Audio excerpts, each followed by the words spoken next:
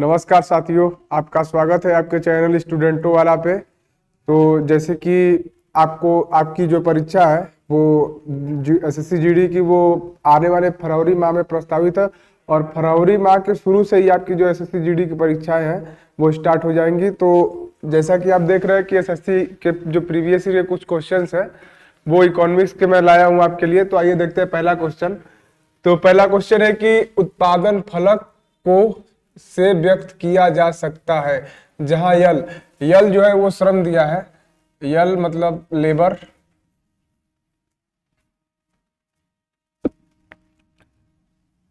और सी पूंजी मतलब सी मतलब कैपिटल,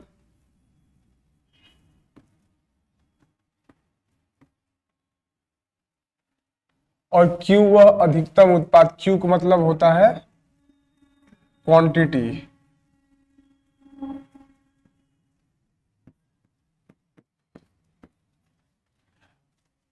जो उत्पन्न किया जा सकता है। तो आप भी इसमें बता सकते हैं कि जब लेबर और कैपिटल, जब पैसा और लेबर दोनों साथ मिलते हैं तभी किसी प्रोडक्ट का जो है वो क्वांटिटी या फिर कोई प्रोडक्ट बन के तैयार होता है।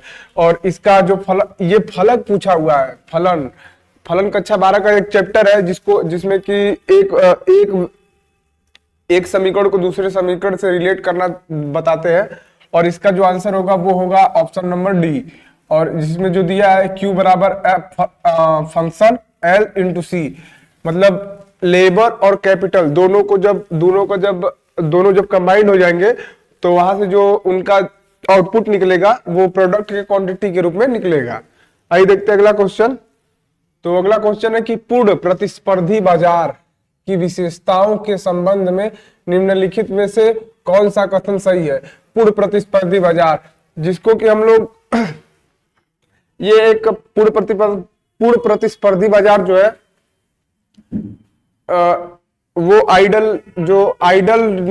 आइडल मार्केट होता है, उसको हम लोग पूर्ण प्रतिस्पर्धी बाजार बोलते हैं। क्योंकि इसमें जो है कि एक ही उत्पाद में जो कंपनियां होती है एक ही उत्पाद को एक ही मूल्य पर जो है जनता को प्रोवाइड करवाती है। और इसमें ऑप्शन दिया है जो आपका वो दिया है, बाजार में बड़ी संख्या में क्रेता और विक्रेता होते हैं। तो इसका आंसर ये सही होगा, क्योंकि एक प्रोडक्ट का जो है बहुत सारे विक्रेता होते हैं, बहुत सारे बेचने वाले भी होते हैं, बहुत सारे खरीदने वाले भी होते हैं। और इसमें दूसरा ऑप्शन दिया है कि जानकारी पूर्ण होती है। तो जानकारी भी जो वस्तुएं होती है उनकी जानकारी भी पूर्ण होती है। तो इसका जो आंसर होगा वो दोनों होगा, 1 और 2 दोनों सही।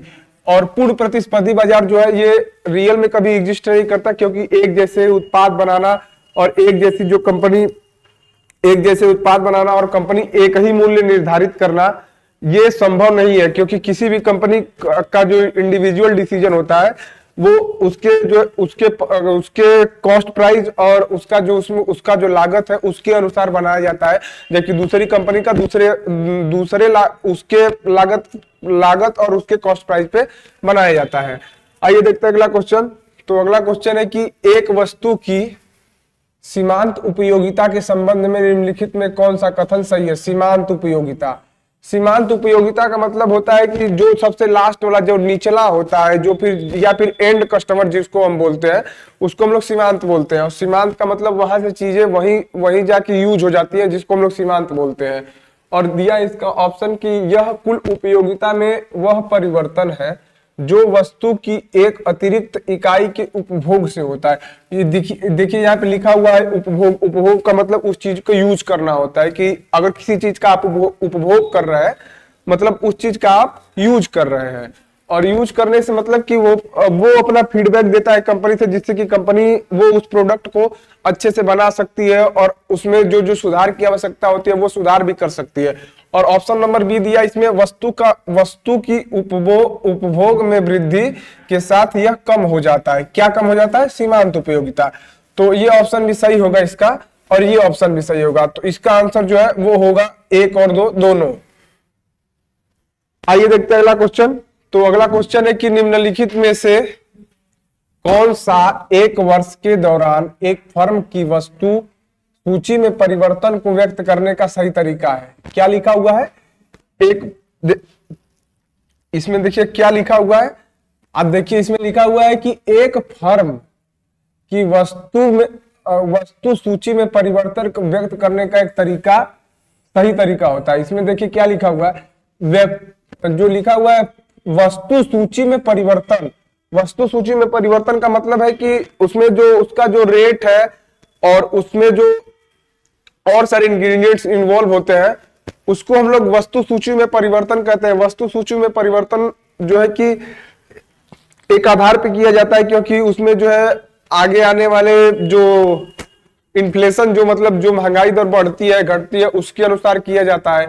और जो उस कंपनी में जो कॉस्ट प्राइस, मतलब जो उसमें काम, जो प्रोडक्ट को बनाने में जो सेवाएं दी गई है लोगों के द्वारा, उनको जो सैलरी दी जाती है उनके आधार पर जो है कि इसको वस्तु सूची को निर्धारित किया जाता है। और एक वर्ष में जितनी फर्म की बिक्री होती है उसके अनुसार जो है बनाया जाता है, इसको निर्धारित किया जाता है। और आइए देखते हैं इसमें इसका आंसर क्या होगा। तो आंसर दिया, एक वर्ष के दौरान एक फर्म की वस्तु सूची में परिवर्तन बराबर मूल्य वर्धित माइनस फर्म प्रयुक्त वस्तु मध्यवर्ती वस्तुएं। मध्यवर्ती वस्तुओं का मतलब होता है कि जो उसमें सेवाएं जो यूज होती हैं, जो टेंजिबल नहीं, जो मतलब छूने या फिर जो देखी नहीं जा सकती, ये मध्यवर्ती वस्तुएं अदृश्य होती हैं। अदृश्य का मतलब कि जो चीजें बस सेवाओं या फिर जिसको हम लोग मिडिल सेक्टर बोलते हैं वो मध्यवर्ती वस्तुएं होती हैं। और दिया एक वर्ष के दौरान फर्म की बिक्री, तो ये आंसर नहीं होगा।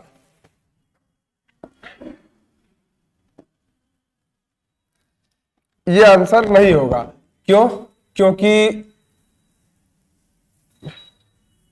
क्योंकि इसमें देखिए दिया है प्लस और यहाँ पे दिया है फर्म द्वारा प्रयुक्त मध्यवर्ती वस्तुएं, इसमें माइनस कर दिया है, तो ये आंसर नहीं होगा। क्योंकि इसमें जो है ये जो कीमत है मध्यवर्ती वस्तुओं का, जो फर्म द्वारा मध्यवर्ती वस्तुएं उनको माइनस कर दिया है। और ये देखते हैं अगला क्वेश्चन, तो यहाँ पे प्लस किया है, यहाँ पे भी प्लस किया है, लेकिन यहाँ पे इसको घटाएंगे हम लोग, इसको हम लोग घटाएंगे तभी जो है कि वो वस्तु सूची निकल पाएगी। तो ये भी आंसर गलत हो गया। और वस्तु को ये देखिए इसमें भी दिया है मूल्य वर्धित, मतलब इन्फ्लेशन माइनस, इसमें भी देखिए इसमें भी माइनस कर दिया, तो ये भी आंसर नहीं होगा। और जो इसका एक ही ऑप्शन बचता है और सही भी यही होगा। और इसमें दिया है मूल्य वर्धित प्लस फर्म द्वारा प्रयुक्त मध्यवर्ती वस्तुएं और एक वर्ष के दौरान फर्म की बिक्री, और यही ऑप्शन इसका सही होगा। आइए देखते हैं अगला क्वेश्चन। तो अगला क्वेश्चन है कि देश एक्स के दिए गए उपभोग फलन, ध्यान दीजिएगा मित्रों, ये उपभोग फलन पर विचार करें और निम्नलिखित प्रश्न का उत्तर दें। उपभोग फलन जो होता है,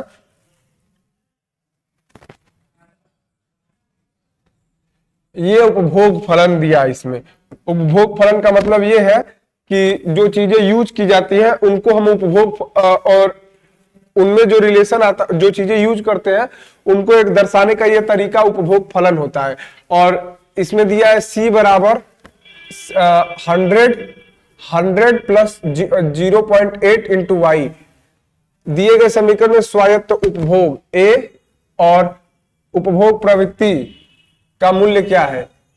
उपभोग प्रवृत्ति का मूल्य आइए देखते हैं। तो इसका MPC का मतलब होता है marginal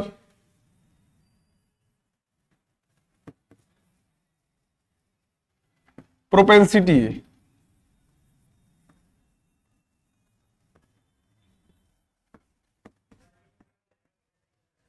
marginal propensity to consume.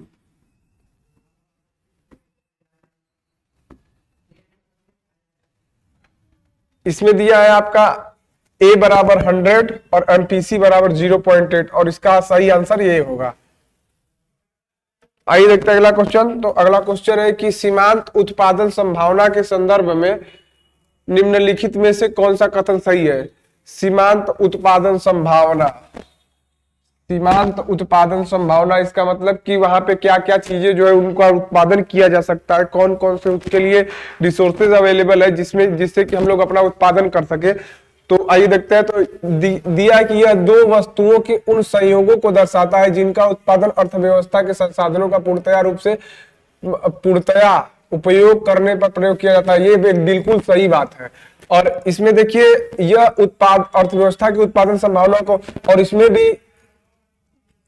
भी दिया है कि ये देखिए दिया है कि उत्पादन के संसाधनों का पूर्ण रूप से उपयोग करने पर किया जाता है, और इसमें भी वही दिया है, तो दोनों आंसर सही होगा।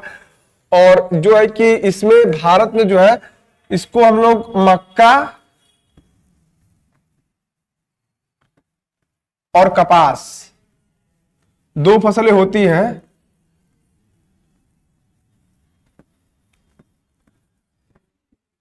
जिनका जो है कि जिनका प्रोडक्शन केवल जो देश में जितने भी रिसोर्सेज अवेलेबल है उनका यूज करके ही इन दोनों फसलों का जो है कि उत्पादन किया जा सकता है। अन्यथा इनमें अगर किसी भी रिसोर्स की कमी हो जाती है तो इन दोनों फसलों का यूज नहीं किया जा सकता है। इसमें जो है कि जो आपका क्लाइमेट है उसका भी बहुत ज्यादा ध्यान रखना होता है, क्योंकि ये फसलें खराब बहुत जल्दी हो जाती है। आइए देखते हैं अगला क्वेश्चन। तो अगला क्वेश्चन है कि भारत में निम्न में से राष्ट्रीय विनिर्माण नीति का एक उद्देश्य नहीं है। राष्ट्रीय विनिर्माण नीति, राष्ट्रीय विनिर्माण नीति जिसको हम लोग NIMZ बोलते हैं, उसी का एक उद्देश्य पूछा हुआ है। तो इसका आंसर जो है ऑप्शन नंबर ए दिया हुआ है कि 2022 तक जीओपी में विनिर्माण का सेक्टोरल हिस्सा बढ़कर कम से कम 25% करना। तो ये बिल्कुल बात सही है। और जो दिया है 2022 तक विनिर्माण वस्तुओं के निर्यात को दोगुना करना, तो यही ऑप्शन जो है आपका गलत होगा, यानी यही ऑप्शन जो है आपका सही होगा, यही ऑप्शन आपका सही होगा, क्योंकि ये दोगुना करना नहीं होगा, विनिर्माण वस्तुओं का दोगुना करना नहीं है। इसको 12% से बढ़ाकर 12% से 14% बढ़ाने का जो है उद्देश्य लक्ष्य रखा गया है। और इसमें ऑप्शन नंबर सी आपका दिया है कि रोजगार सृजन की दर में वृद्धि करना ताकि 2022 तक 100 मिलियन अतिरिक्त रोजगार सृजित किया जा सके। ये बिल्कुल सही बात है, क्योंकि रोजगार भारत में, जैसा कि आप भी पढ़ रहे हैं तो एक रोजगार के लिए ही पढ़ रहे हैं, और भारत सरकार जो है कि रोजगार अवसर बढ़ाने के लिए सरकारी क्षेत्र में ही नहीं बल्कि प्राइवेट क्षेत्र में भी बहुत सारे प्रयास कर रही है, ताकि हमारे जो देश के स्किलफुल युवा है उनको रोजगार दिया जा सके और उनका मैक्सिमम आउटपुट लिया जा सके। क्योंकि भारत की जो इस टाइम जो यूथ पॉपुलेशन है वो विश्व में सबसे ज्यादा है, क्योंकि अभी तो नॉमिनल टर्म में चाइना की जनसंख्या सबसे ज्यादा है, लेकिन वहां पे जो है कि उनकी जो यूथ पॉपुलेशन है उससे ज्यादा भारत की यूथ पॉपुलेशन है। और भारत में अगर माना जाता है कि जिस देश में जितना ज्यादा यूथ होता है उस देश के डेवलपमेंट के चांसेस उतने अधिक होते हैं। और इसीलिए हम लोग चाहते हैं कि हमारा जो मैक्सिमम युवा है वो अपने जो है कि अपनी क्रिएटिविटी का मैक्सिमम यूज कर सके और अपना जो है कि 100% अपना दे पाए और भारत के विकास में अपना एक साक्षी योगदान दे पाए, ताकि भारत जब विकसित हो जाए तो उसकी आने वाली पीढ़ियां भी उसका आनंद उठा सके। आइए देखते। और ऑप्शन नंबर डी दिया है वैश्विक प्रतिस्पर्धा, जो कि जिसको हम लोग ग्लोबलाइजेशन कहते हैं, घरेलू मूल्यवर्धन जिसको हम लोग डोमेस्टिक इन्फ्लेशन जो होता है उसको हम बोलते हैं, और तकनीकी गहराई और विकास का पर्यावरणीय स्थिरता को बढ़ाना। पर्यावरणीय स्थिरता ये काफी अच्छी चीज है, क्योंकि अगर पर्यावरण स्थिर नहीं रहेगा तो हम लोग विकास करके भी बहुत ज्यादा फायदा नहीं कर पाएंगे, क्योंकि पर्यावरण अगर डिस्ट्रॉय होने लगा तो हमारी जो मानव जाति है तथा अन्य जो जीवित जातियां हैं उनका कोई अस्तित्व, अगर ज्यादा तेजी से ये पर्यावरण नष्ट होने लगा तो उनका भी कोई अस्तित्व नहीं रह जाएगा। अगर पर्यावरण का अस्तित्व नहीं रह जाएगा तो हम लोग के विकास का कोई मतलब निकलता नहीं है। तो इसलिए इस टाइम पे जो है कि भारत या फिर कह सकते हैं कि विश्व में जितने भी देश हैं वो सारे जो है पर्यावरण की स्थिरता का ध्यान दे रहे हैं। आइए देखते हैं अगला क्वेश्चन। तो अगला क्वेश्चन है कि आत्मनिर्भरता का सूचक क्या है। आत्मनिर्भरता जैसा कि मोदी जी का एक स्कीम भी चला हुआ है आत्मनिर्भर भारत, और आत्मनिर्भर भारत का मतलब यह है कि भारत में उन चीजों का यूज, जिन चीजों का अधिकतम यूज होता है उनको हम लोग इंपोर्ट ना करें, वो खुद से बनाकर खुद ही यूज करें, तो उसको हम लोग आत्मनिर्भरता बोलते हैं। और ऑप्शन नंबर डी इसमें जो है सही होगा। ऑप्शन नंबर डी दिया है कि उन वस्तुओं के निर्यात से बचना जिनका उत्पादन देश में किया जा सकता है। तो यही ऑप्शन जो है कि सही होगा, क्योंकि उन वस्तुओं का अगर हम निर्यात से बचेंगे, नहीं नहीं ऑप्शन ये गलत है, गलत ऑप्शन हो गया, टिक हो गया है। और इसमें जो है कि ये ऑप्शन सही होगा इसका, कि उन वस्तुओं के आयात से बचना जिनका उत्पादन देश में किया जा सकता है, क्योंकि अगर जिन वस्तुओं का देश में उत्पादन किया जा सकता है तो उनका आयात नहीं करना चाहिए हमें, ताकि हमारी करेंसी जो है, हमारा जो करेंसी है वो हमारे देश में ही रहे, और हमारी जो डॉलर, जो करेंसी का मतलब कि जो हमारे पास विदेशी मुद्रा भंडार है उसमें जो डॉलर रखे हुए वो ज्यादा खर्च ना हो, तो हमारी करेंसी की वैल्यू उसी के हिसाब से बढ़ती है। हमारे जितने भी विदेशी मुद्रा भंडार होते हैं उनके आधार पर भी हमारी जो करेंसी की वैल्यू है घटती है और बढ़ती है। आइए देखते हैं अगला क्वेश्चन। तो अगला क्वेश्चन है कि निम्नलिखित में से मध्यवर्ती वस्तु का उदाहरण नहीं है, और इसका जो ऑप्शन होगा वो होगा डी। औषधि जो है एक मध्यवर्ती वस्तु का उदाहरण नहीं है, और ये तीनों चीजें मध्यवर्ती वस्तुएं में ही आती हैं। आइए देखते हैं अगला क्वेश्चन। तो अगला क्वेश्चन है कि आय में एक छोटी सी वृद्धि का अनुपात जिससे खपत व्यय में वृद्धि होती है में जाना जाता है के रूप में, और इसका जो ऑप्शन होगा वो होगा सीमांत उपभोग प्रवृत्ति। सीमांत उपभोग प्रवृत्ति का मतलब होता है कि जो इस टाइम कर लगे हुए हैं उनके हिसाब से जब वैल्यू बढ़ती घटती है तो उसको हम लोग सीमांत, जो आय में जो वृद्धि होती है उसका अनुपात खपत व्यय में वृद्धि, मतलब जिस प्रकार से आय बढ़ती है उसी प्रकार से व्यय भी बढ़ता है एक आदमी का, तो उसको हम लोग सीमांत उपभोग प्रवृत्ति के रूप में जानते हैं।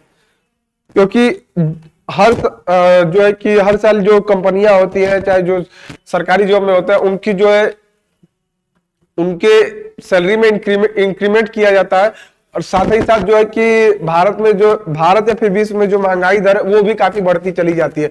तो इसका जो ऑप्शन होगा वो ऑप्शन नंबर बी होगा। आइए देखते हैं अगला क्वेश्चन। तो अगला क्वेश्चन है कि निम्नलिखित में से सार्वजनिक वस्तु की श्रेणी में नहीं आता है। सार्वजनिक वस्तु मतलब कि जिसको सब लोग यूज कर पाए, और सार्वजनिक मतलब वो सरकार प्रोवाइड करवा सके। सरकार प्रोवाइड करवाना मतलब सरकारी प्रशासन, मतलब सरकार का ही सरकारी प्रशासन होता है, तो ये भी सही होगा। और राष्ट्रीय रक्षा का मतलब कि हमारे देश में भारत में कोई बाहरी आक्रमण न कर दे, उसकी भी और जो इंटरनल वायलेंस होता है उसको भी वो भी बच पाए, तो हम लोग राष्ट्रीय रक्षा रखते हैं। और डी सड़कों का यूज भी पब्लिक यूज के लिए ही बना गया है, लेकिन खाद्य पदार्थ जो है उनका यूज सार्वजनिक नहीं है, क्योंकि ये चीजें प्राइवेट है।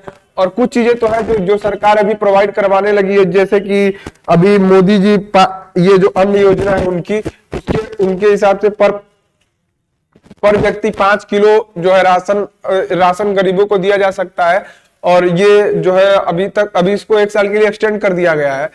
तो इसका जो आंसर होगा वो आंसर नंबर बी होगा, खाद्य पदार्थ। इसका जो ऑप्शन होगा वो बी होगा, खाद्य पदार्थ। ये सार्वजनिक वस्तु की श्रेणी में नहीं आता है। आइए देखते हैं अगला क्वेश्चन। तो अगला क्वेश्चन है कि भारत सरकार का कौन सा विभाग न्यूनतम समर्थन मूल्य घोषित करता है। न्यूनतम समर्थन मूल्य मतलब MSP, minimum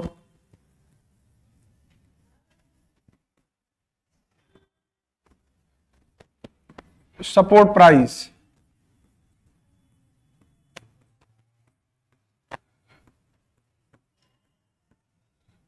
minimum support price, और मिनिमम सपोर्ट प्राइस जो है कि वो कृषि और सहकारिता विभाग जो होता है हमारा, वो ही निर्धारित करता है। और इसमें बस गन्ना की जो फसल होती है उसका जो एमएसपी है वो अलग से निकाला जाता है, और ये बाकी सभी फसलों का एक ही होता है, वो उसको हम लोग एमएसपी बोलते हैं। आइए देखते हैं अगला क्वेश्चन। तो अगला क्वेश्चन है कि डब्ल्यूपीआई का फुल फॉर्म होता है। डब्ल्यूपीआई का पूर्ण रूप मतलब डब्ल्यूपीआई एक प्रकार का जो है कि डब्ल्यूपीआई एक प्रकार का जो जीडीपी को जो निर्धारित करता है उसको हम लोग जो एक कैलकुलेट करने का एक तरीका होता है उसको हम लोग डब्ल्यूपीआई बोलते हैं, लेकिन ये प्राइमरी मेथड नहीं होता है। इसको हम लोग बोलते हैं होलसेल प्राइस इंडेक्स, और इसका आंसर ये होगा आंसर नंबर डी। और एक होता है सीपीआई जिसको हम लोग कंज्यूमर प्राइस इंडेक्स बोलते हैं, उसी के हिसाब से जो है कि हम लोग वस्तुओं का निर्धारण और महंगाई दर या फिर जीडीपी का जो है कि जीडीपी का जो है कि जीडीपी का हम लोग मापन करते हैं। आइए देखते हैं अगला क्वेश्चन। तो अगला क्वेश्चन है कि निम्नलिखित में से किसकी अवसर लागत नहीं है। अवसर लागत नहीं है मतलब,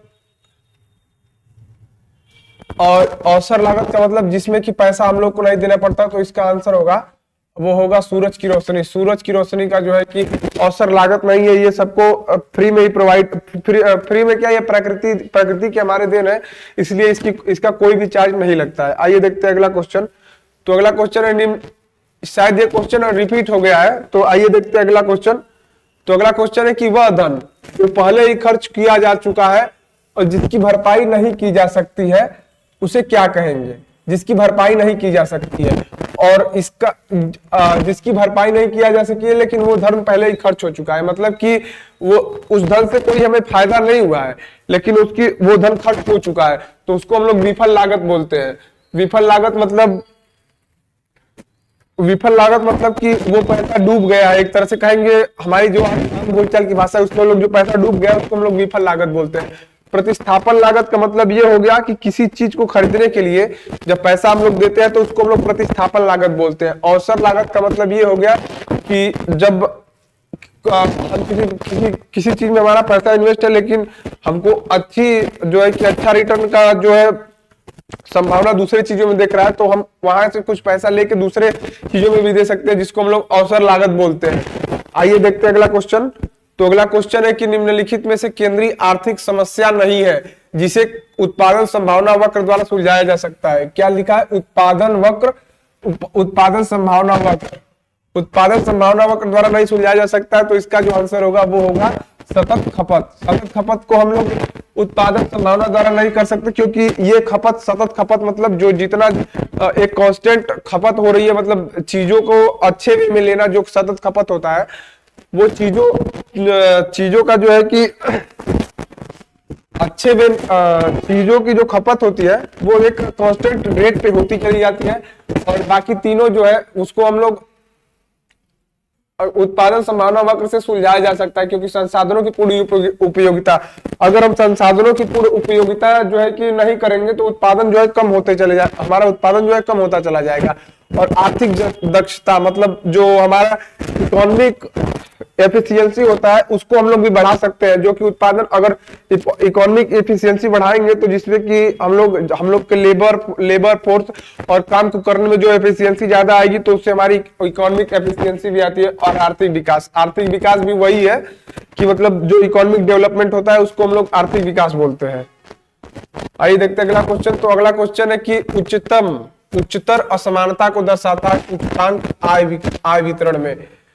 तो इसका जो ये जो है एक प्रकार का वक्र होता है, और इसको हम लोग, ये जो होता है इसको हम लोग इक्वालिटी बोलते हैं।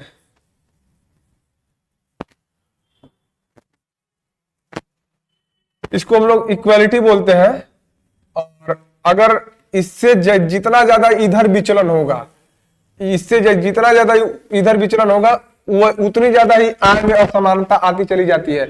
क्योंकि ये इसके जितने नजदीक आप जाएंगे तो उस देश के जो आय है उसमें असमानता कम होती चली जाती है, लेकिन आप इससे जितना ही दूर चले जाएंगे उतना ही आय में असमानता बढ़ती चली जाती है। और इसको हम लोग गिनी कोफिशिएंट के नाम से भी जानते हैं, और इसका आंसर जो होगा वो होगा गिनी। और सीपीआई का फुल फॉर्म मैंने आपको पिछले क्वेश्चन में बताया था कि सीपीआई मतलब कंज्यूमर प्राइस इंडेक्स होता है, और जीडीपी का मतलब ग्रॉस डोमेस्टिक प्रोडक्ट, और नेशनल डोमेस्टिक प्रोडक्ट, एनडीपी का मतलब नेशनल डोमेस्टिक प्रोडक्ट। आइए देखते हैं अगला क्वेश्चन।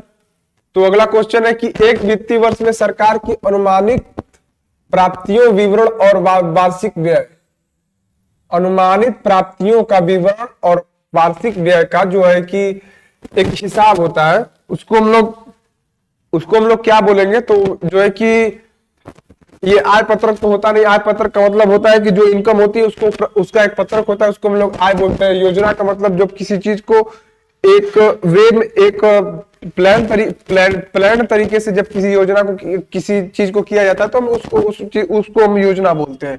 और खाता का मतलब अकाउंट होता है, तो इसका जो ऑप्शन होगा वो होगा बजट। बजट को हम लोग बजट जो है, बजट इसमें बजट जो है कि उसमें जितने भी सरकार के पास कितना धन आया, कितना धन गया, उसका हम लोग जो है कि रिकॉर्ड रखा जाता है, उसको हम लोग बजट में रखते हैं।